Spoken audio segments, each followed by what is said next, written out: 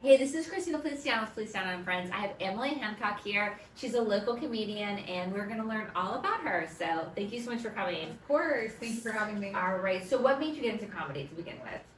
I've always been a funny person. I had a friend one time tell me that I had funny in my bones, and that really stuck with me because I thought that was a great turn of phrase. But yeah, I've just always been very gregarious, chit-chatty. I could talk to a wall. Yeah. So do you think people would be surprised that you became a comedian? No, probably not. Honestly, as a kid, were you pretty funny? I was honestly probably more so annoying than funny as a kid. But yeah, people have known me to be a ham, like a character. All right. So comedy can be brutal. What truth about your life has made best material? Oh my gosh, probably dating mostly. Okay. Are you single right now? I am single. I was engaged. It didn't work out. Okay. Now I'm 37, no kids, single. It's honestly like the best material. Yeah, truly. Are you dating now? I am, yeah. So are you on social media? I'm going off, so yes. Oh, I am, yeah. I'm on TikTok, Facebook, Instagram. I'm on all of the dating apps. Okay. How's that working? I'm available. I'm putting myself out there bigly. Do you go dating regularly? Sorry, I'm going really No, off. you're okay. You're okay. Yeah. And then just, we can cut this, but I always usually know at the beginning, if you probably won't because you're a comedian, if you say something that you're like, I wish I hadn't said, you can let Rachel know, I want it, or tomorrow let us know, and we can send it to you, and we can always cut it. Okay, so feel free to just say whatever, cool. And then tomorrow you can always listen to it. And a lot of times people have been cut this, cut that, if needed. Cool. So just be free. So just leave that. Okay. Perfect. So, all right. So how's it? I'm interested in learning. Oh, dating is terrible. Yeah. Oh, it's awful. It's not great. It's not great, Christina. No. I feel like modern times is terrible because I know, because I date too. But I'm sure. And we're similar age range. Yeah, I'm going to be 43 next week. Yeah, and 37. I feel like people just expect you to shrivel up and die alone somewhere. They don't. But men in the modern world, they want you to be all of the traditional roles and pay half the check. So modern too. But then but I don't do that. But they're not. I don't either. No, I don't either. And I feel but a lot of men, they're just come over to my home, and it's no. Have you not even earned that? Yeah. What are you talking about? You know what's something interesting that I saw the other, or a YouTube or something, which actually, because people that know me, my husband died almost this December will be 9 years. Okay. So I have dated. I mean, I've dated, but it's not. It's really hard too. I mean, it is, but it's also hard because I'm things with him because we were so young and even it was so organic too. Yeah. So dates, but and people know this I'm not gonna be with someone that can't support themselves and support me. No, I am not. I'm working so hard, so I have a reputation for you. Yeah, you have to be equally yoked. Yeah, somebody's bringing to the table what I can, and I can bring a lot to the table. And I heard something the other day, and maybe this is gonna come out wrong, but somebody was saying our bodies are a temple, and maybe this is gonna sound like prostitution, but they were the men should bring some offerings before you allow them in the temple, and I was 100%. Yeah, they've got to bring some offerings before you allow them in the temple. And I don't support around that at all. And I also part of it too is I sell men's testosterone, so it's I also need to protect myself, my reputation. Now I'm very. I would think. It's very funny because if you hear my stand-up set, you would not think. You'd think, wow, she's a wild one. Doing anything once, but I'm actually very traditional. And I am too. If you're not a provider, then why are you talking to me? No, about 100%. Because I can. Truly. And I think my problem. I was with my ex for a long time too, and then we separated, and I felt this is wild, and I dated young for a little while. I haven't when I'm that. Used to dating older, and I think that really changed because these younger guys want to be the girl. It's who's going to be the boy? So I saw something on TikTok too. That's the burnt haystack theory, and it's finding the right person. To your point, it should be organic, and it's finding a needle in a haystack. And I think in the past, when I was younger, I would look at each piece of hay, and now I'm no, I'm gonna burn the haystack to find the needle. So I'm quick to tell you no, this isn't for me. Like, sayonara. I don't like to linger on No, somebody. and I've gone on, like, I mean, I have not been with, like, but I go on, like, not, in the last few years, like, I will go on a lot of these, I like to, like, chill that now, because I already know, I don't want to waste anybody's time, and I think sometimes we get caught dating, as women, I think, get caught dating potential, whereas men put you in a box from day one, whether you're wifey, side piece, whatever to them, that's where you're going to be. Women, I think, you're my husband until you've proven otherwise, and I've changed that, and now I'm quick to put you in a box, like, you're a fuckboy, you're a husband material, and then I treat you appropriately, so I'm not, like, dating potential anymore. No, that's good. It's funny, too, because people are like, how are you able to, like, because I'm going to say this, but well, maybe we'll cut this or not. But like, I always am like, because I am like conservative values, but I will just be like, I haven't been with anyone, like, there was a little period where I was like trying to like date like older wealthy men. Yeah. And I was just be like, I haven't been with anyone since my late husband, and I wasn't with him until we were married, so like it would buy me a lot of time. Yeah. And then like nothing would happen. I'm like, it's not the right thing. Right. but it's silly that. That's, I think, where a lot of my comedy gold comes from, is this wild, like, expectation of, like, and I'm all like, that we even have to think about putting that off. Yeah. Or, like, I have to, like, give you so I'm like, whether I want it or not should be enough. I don't know. I agree. Because that's how men operate. Like, men will walk into a date and immediately think, like, I can get what I want from her and tell her what she wants to hear and then not feel bad about it at all. Yeah. So I don't know. But I also think, too, like, I don't think I have, like, a sexual attraction to somebody unless I have, like, an emotional connection. True, yeah. And I think, like, that's how I am, too. Yeah, again, so it makes it really, so it makes it really easy to that. say and, like, not be with, people, because I just, like, and there's, like, a lot of, like, men that I can see, and I can kind of recognize, like, where they're, like, busy, but I just, like, I don't have that emotional. Right. And it's so hard for me to, like, really have that emotional connection with somebody, so it's really easy. I'm almost asexual. I almost feel like I'm asexual unless, like, I really have this, like, bond. I had it with my, like, husband. Like, I can be broski with you exactly. all day long, and I don't think men have that unless they have a sister or something. Yeah. Like, I think they really have a hard time believing that, like, oh, it's just friends with us. Yeah. But I feel like we're 100%. On the same page here, because I don't need it. I just don't, like, it's not, or, like, people are like, aren't you tempted? And I'm like, no, unless I have, like, a really deep emotional connection with someone, I'm not. I think, though, it also makes it hard. I think a lot of society pressure is, like, for a woman to be a prize, she has to also be a prize to a man. And so when you don't have that, I think it's hard. Like, other women also make it a little bit difficult for women like us who are like, no, if you're not meeting me here, like, go be by yourself, because they'll let them meet them. No, for sure. Down there. No, so for sure. It's difficult. It is. It really is. Like, but ultimately, I mean, I may or may not get remarried or be happy, but I definitely know, because my standards are here. Right. I'll either be, like, single and happy, or they'll rise to meet this and happy, but, like, I'm not gonna. Time, like, thank God I don't have to run this by somebody right now. Like, thank God I can. Or I have a dog, but I don't have children, so, like, thank God I can sleep in until 11, or, like, go out and drink and not have to worry about who's watching anybody at home, or, like, is my husband or boyfriend going to be upset? Like, there's all those things. Yeah, so. It's fun to be free, but, I mean, there is also, I think there are pros and cons to both. No, for sure. And I definitely, like, anyone that, like, knows me, I definitely am, like, family. I want to be remarried. Like, I definitely want those things, but I have my standards here, and if you're not going to meet it here, I would rather have, like, 2 seconds of wonderful than settle for. Yeah, so I'm just like, if I can't get everything, then I'd rather. Yeah, and I also sometimes you can have everything on your own. So I think a lot of women don't have. So I kind of disagree. So I do think. So I'm a little different. I do think, like, a husband. Like, I do think, like, women can do. I look back when my husband was alive, and, like, when we were really healthy and good, what we accomplished, and I do think that, like, together, like, the man and the woman, like, I could do way more. Almost like it wasn't 1 + 1 = 2. It's somehow, like, 1 + 1, we were able to do so much more.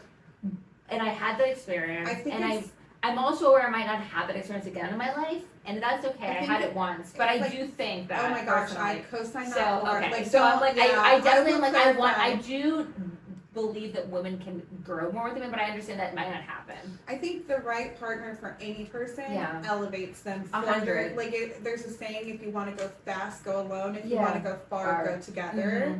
So I do think with the right partner, you can go so much further. I think unfortunately when people aren't like, no, I want it up here. No, 100%. And that will bring you further down. 100, and I'm aware that like, clarify, exactly. And I know you can have it all to a point on your own, but you can. I do agree. Yeah. So and again, I don't think that's just women. I think men too. 100 human beings. So the right partner. Yeah, for sure. So I'm talking back to comedy. What type of comedy do you prefer? Story lead or crowd work? I'm a big flirt, so I like crowd work. Okay. I think more of the funny stuff happens in a story. So I'm really a big storyteller. Like that's why I think people in real life think I'm funny because I love to tell a story. Okay. But I'm really vulgar actually in my comedy. Are you? Yeah, I've got the comedy of like a 13-year-old boy. I think. Yeah. I think a lot of people complain about female comedians, like all female comedians do is talk about their vagina or like sex or whatever. But like. That's all men do. Like every man on a mic has a blowjob joke. So like if men are allowed to be hot and gross, I feel like women should be allowed I get that. Yeah. So I really like vulgar comedy. I think. Have you always been that way? Yes, actually. Yeah. I'm honestly that's probably why my childhood friends found me more annoying than funny because I was like a little bit like. In a shirt making a fart noise. Like I definitely have always had guy friends too. So that kind of, I just think it's unfair a little bit that women are supposed to be like more elite or like more intellectual in their comedy than men do. Men get to just be gross. So I think I like to just be gross too sometimes. And then do you have a favorite set you've ever done? I don't think I have a favorite set or a favorite like, I think I have favorite moments. I think comedy, there's something magic that happens. It's almost like you can't bottle it up and like you almost can't replicate it even if you have a set and like you have your jokes and you say them the same way. Audiences are going to laugh at different things or so I really think it's just like the magic of staying in the moment that I like the most. Because something will pop off or like hit differently or with crowd work, something funny, like spontaneous will happen, or even like just hearing the crowd energy go wild. Like those little things pop out at me more than like a favorite set. And so how long have you been doing stand up for? 3 years. Yeah. So what made you get in? So like what made you take the leap from I know I'm funny to doing stand up? Yeah. Because it's kind of like, I could be wrong, but do most stand up comedians they start in their 20s? Did you start a little bit later than most or did most start in their 30s? So I actually, when I was in college I tried it. Probably 15 years ago, but I was a kindergarten teacher at the time. Yeah. So I was really scared I'd get fired. So I quit immediately. I did very well, and then I was like, no, I can't do this. And then a few years ago, I moved back to town, and I actually went to Voussoir to the open mic. Oh, okay. Just to watch. Was that the first time you met him when he's on with your brother? Yes. Yeah. Well, no, he didn't talk about that joke that night, but yeah, that was. I met Scott Watley, the famous host and comedian. Very cool. And I just kept going back, and then I was like, you know what, I'm going to try again. And then, honestly, I think more than talent or being funny, it's just being consistent and showing up. And it's probably across the board and all. Even in my business, I have a clinic, and it's just like showing up. Today was really stressful. I was just like, oh my goodness. And I'm like, this is so, and then I'm like, I'm doing this for years, and I'm like, that's why I'm still standing. Because I just like, keep on doing the same thing. Yeah, but that's cool. No. So, how frequently do you do comedy?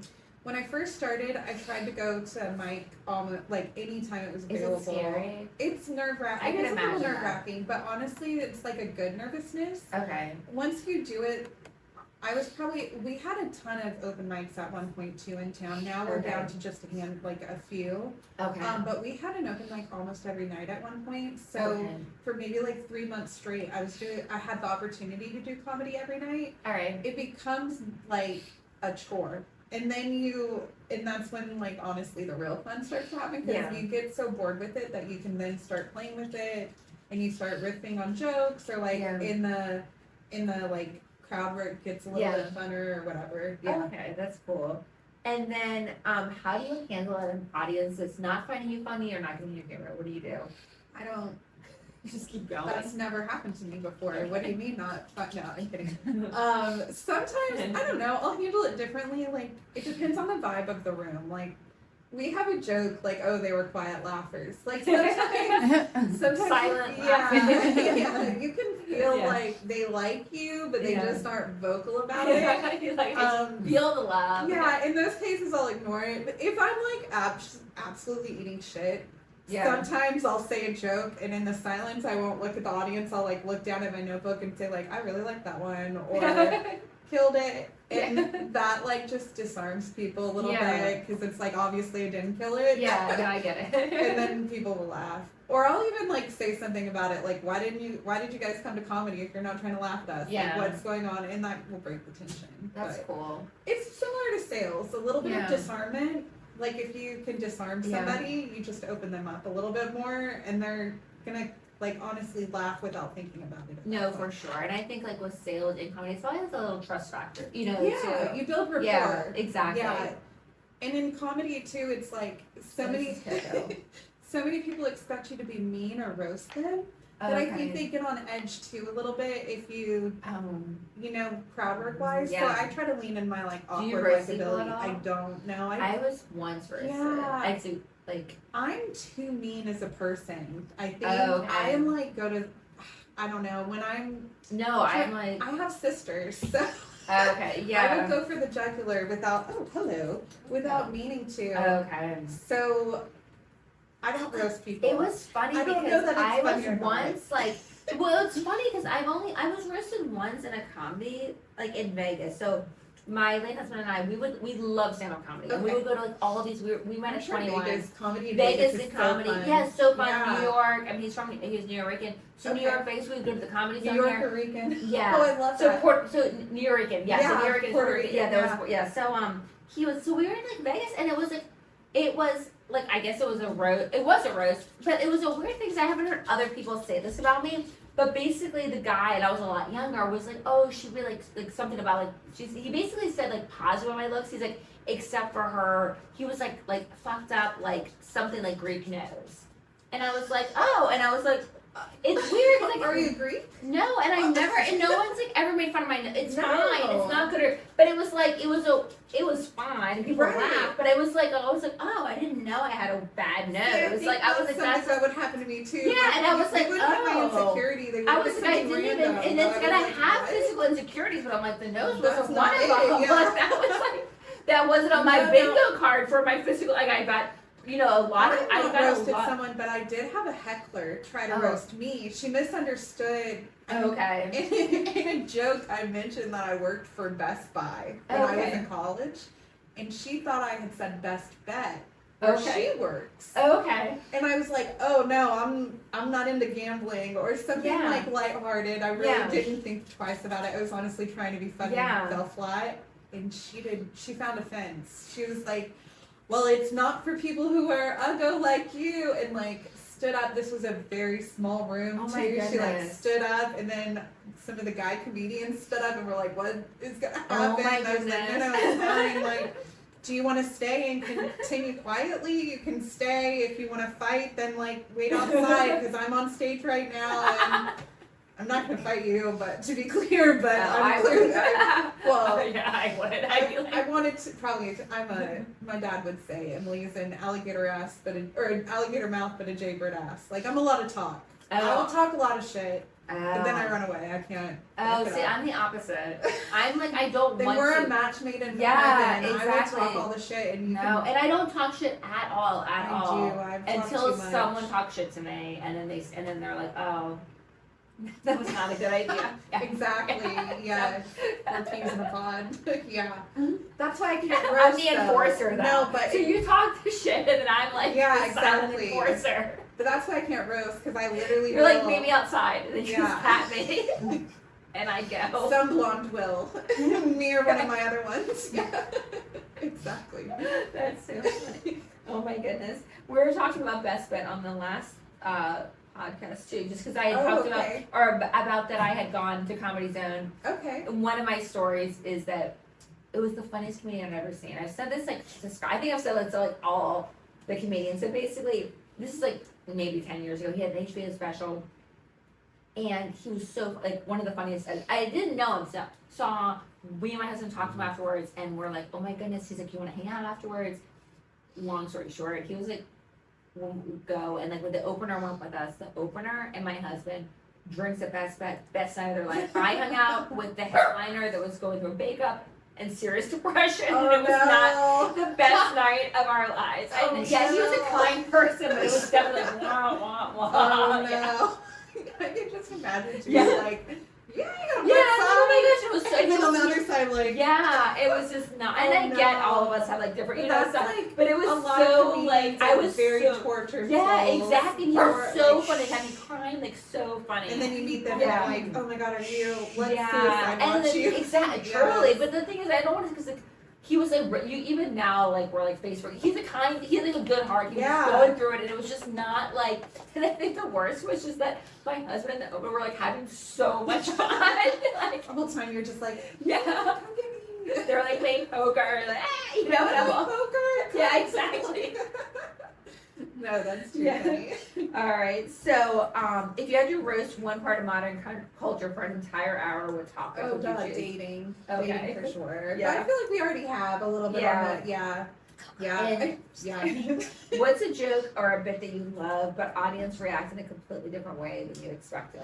I have a joke about, like, I'll ask, how's everybody doing tonight? And they'll say they're doing great. And then I go, well, I'm not. And I talk about how I just got dumped. Yeah. And it's a setup because I talk about how my mom's like, I know you're sad about being broken up with. You're probably going to die alone. Your dog will eat you because nobody cares about you. But we're going to check your eggs. Don't worry. We're freezing your eggs.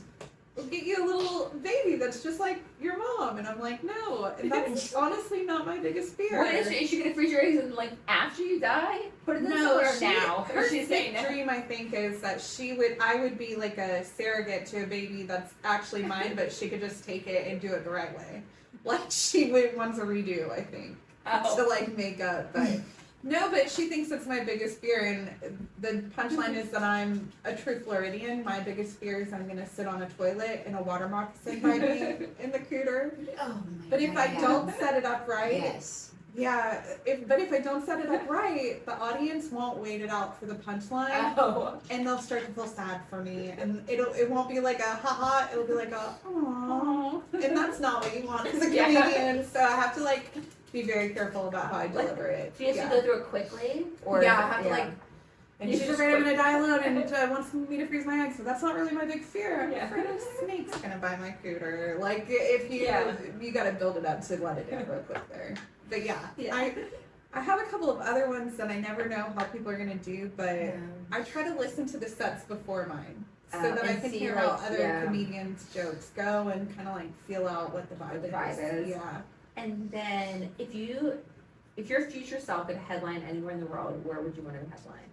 Oh my gosh, I was thinking about this question, and I felt like if I had like a time machine, I'd want to go back to like the 90s when the comedy store in LA was really big, and Pauly Shore's mother owned it. Oh, very cool. I didn't know that she owned it. Yeah, I listened to Rogan. I know about the comedy store. I didn't know like that. my favorite story about it is Seth Rogen talking about like he just had to go when he was a teenager, and he even talks about like he never even thought about not going as an option. Like he became a comedian just because he felt the calling, and like he never, and it just like I feel like that's it. Or I always wanted to host SNL when I was a little girl. Yeah. It's also what got me into comedy. So I think that'd be fun. Do you do any improv? I don't. You should. Have you thought about it? Yeah, I have a theater background. I've definitely done improv classes in like my theater degree work. Okay. But I've not like done. I think it would be a lot of fun though. Do you know an improv in St. Augustine? I've gone to. Yeah, I've done a show at Third Space. Yeah, that's Surface. Yeah, I've gone and First Coast Comedy is also I'm a big fan of theirs too. So I don't know if you know Rance Adams. He is the host of River City. Yeah. He's a good personal friend of mine too. Yes. I think I've met him very briefly. Okay, so he hosts River City. He's come here, but he's a good personal friend. But he's done some like. They have like a thing where he did a very interesting show format. I think it was interesting. I went there for Spill the Tea, maybe, or it was something where like like he basically storytelling. He story told funny stories, then they improv afterwards. It was cool though. It was that. really cool. I really liked show it. with First Coast does Full Disclosure, and Coco, come here. It's a very similar show setup. Okay, yeah. So they have comedians tell like 3 different stories, and then the improvers riff on it. It's super fun. Oh, that's really cool. I love cool. that format. No, that's awesome. And then, let me ask you, what is the best thing that you've heard in comedy? What's your favorite thing? Say that again. What is your favorite like moment that you've ever had in comedy? Oh wow. I don't know. It's hard. I feel like I'm a part of River City Comedy. We like set up shows. And how does that work? How many comedians are part of it? I want to say 8 or 9 now. Okay. Yeah, cool. It's really fun. It's a great group. We've got, I think, the most decent people in comedy in the group. Okay. So. Yes, I'm really good friends with Anna. Yeah. Who owns, do you know Anna that owns Tan Cabana? I don't know. So she's in Jacksonville, but that's how I met Scott. Like I met, so she like is really well connected. Yeah. And I am, but just we're kind of like we're well connected, but we kind of have a different, zone. So that's how I met Scott. But he's such a nice guy. Yeah, that's really cool. It's honestly the behind this. I really love the production element of it and setting stuff up and and they're all just fun to work with. Yeah, so and he really seems to want to promote and help other people. Yeah, I first started comedy in a way to like form a little bit more community because I had just moved back here after living on state for a while. Yeah. All of my friends are married with kids and I wasn't, and I was like, I don't want to be a barfly. Yeah. So I do a lot of yoga, I do a lot of exercise, but then I was like, comedy, like here it is. So honestly, that's my favorite part is really the community outside of it. Yes. But a lot of fun stuff has happened. I mean, I've done a lot of really cool people and just been a part of like a lot of really fun stuff. I wish I had like one like I killed in this set moment, and that happens. But it's honestly like just the community. That's and I'm more focused on. I don't know. A while ago, they called Jacksonville one of the most boring cities in the country, and that hurt my feelings. It's not. I love There's so much to do here, and there's so many boroughs. And I don't think that it's like boring at all. We just are sprawl. We have so much space, and each pocket of town has its own like cultural of things going on. For sure. So I think it's just hard to get the word out. But I think the community aspect by far and away has been the best part. No, that's awesome. And then. So I talk about every single person that comes on the podcast. I always ask the same question, and the background is in songs. It talks about a man without a vision perishes, and I believe that a lot of people that commit suicide and are really depressed, it's because they don't have they can't see hope or vision. So I think it's really important for all human beings to have a vision for the future. And so, what's your 5-year vision? I love that. I think that everybody has like a calling in them. You have a voice that is speaking to you all the time, and even not like the things that limit you, the way you think about yourself and the way others think about you, like all of that kind of dissipates when you're really honed in on that 100, voice. I agree. Yes. I have an education background, so I do a lot of concept mapping, even with writing jokes, and that. It looks a lot like when you were in elementary school and would do like a word web for an essay, but it's for concepts. So something I'll do is I'll put where I want to be, and then I concept map backwards. Like if in 5 years my goal is I want to have a Netflix special, I'll put that in a bubble and then work back way. Oh, that's really, I nobody's had that for an answer. This is really cool. So I try to like how you'll get there? Yeah, something that's, any journey you take, it feels overwhelming until you break it down to the first step, right? 100%, so I agree with that. I think concept mapping makes it easy to do that because there's not just one path there. So like a Netflix special would go, you have different threads on so how you it would basically get there. can like view, like there's lots of ways to get there. And maybe like the bottom bubbles, you have like 10 and it's like keep posting on TikTok because eventually you'll go viral and then you'll be noticed and you'll get on SNL really cool. And then you'll get on